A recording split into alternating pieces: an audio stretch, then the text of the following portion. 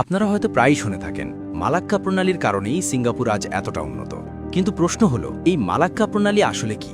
ইংরেজিতে স্ট্রেইট আর বাংলায় প্রণালী বলতে বোঝায় এমন একটি সরু জলপথ যা দুটি বিশাল জলরাশিকে একে অপরের সঙ্গে যুক্ত করে। আর এই ছোট জলপথগুলোর উপরই দাঁড়িয়ে আছে বিশ্ব বাণিজ্যের বিশাল এক অংশ। এর সবচেয়ে বড় উদাহরণ মালাক্কা প্রণালী। এটি দক্ষিণ চীন সাগরকে যুক্ত করেছে আন্দামান সাগরের সঙ্গে। প্রশান্ত মহাসাগর ও ভারত মহাসাগরের মধ্যে এটি সবচেয়ে সংক্ষিপ্ত সমুদ্রপথ।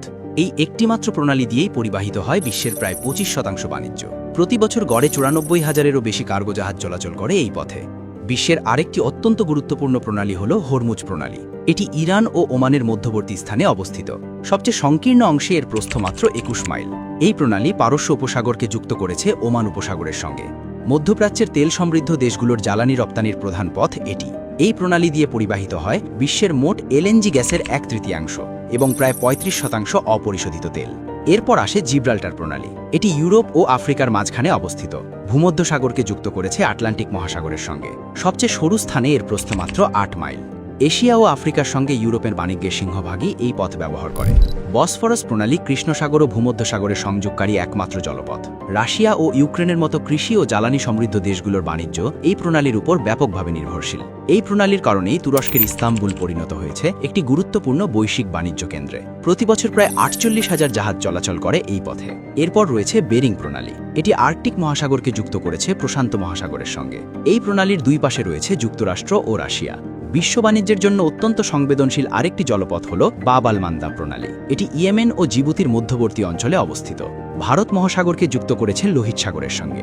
এই পথ দিয়েই প্রতিদিন পরিবাহিত হয় প্রায় 4.8 মিলিয়ন ব্যারেল জ্বালানি তেল। এই প্রণালী পেরিয়েই জাহাজগুলো সুয়েজ খাল হয়ে ভূমধ্যসাগরে প্রবেশ করে।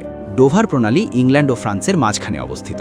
এটি উত্তর সাগর ও ইংলিশ চ্যানেলকে সংযুক্ত করেছে। এটি বিশ্বের ব্যস্ততম সামুদ্রিক রুটগুলোর একটি এবং ইউরোপীয় বাণিজ্যের একটি বড় অংশ এই পথ দিয়েই সম্পন্ন হয়। ড্যানিশ প্রণালীসমূহ আসলে একাধিক প্রণালীর সমষ্টি।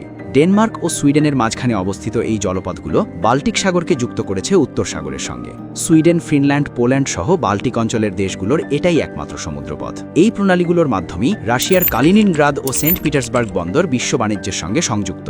এছাড়াও পৃথিবীতে রয়েছে আরও অনেক গুরুত্বপূর্ণ প্রণালী। তাসমান প্রণালী অস্ট্রেলিয়া ও তাসমানিয়ার মাঝে, লম্বক প্রণালী, সুন্দা প্রণালী, তাইওয়ান প্রণালী, কোরিয়া প্রণালী, তিরান প্রণালী, দারদানেলিস প্রণালী, মোজাম্বিক প্রণালী, ম্যাজেলান ও তিয়েরা দি ফুয়েও প্রণালী এবং ফ্লোরিডা প্রণালী। এই ছোট ছোট জলপথগুলোই মূলত নিয়ন্ত্রণ করে বিশ্ব অর্থনীতি, জ্বালানি সরবরাহ এবং আন্তর্জাতিক বাণিজ্যের ভারসাম্য। আপনি যদি জানতে চান এর মধ্যে কোন প্রণালী সবচেয়ে বেশি ঝুঁকিপূর্ণ বা ভবিষ্যতে কোন জলপথ হয়ে উঠতে পারে নতুন শক্তি কেন্দ্র, তাহলে কমেন্টে জানান।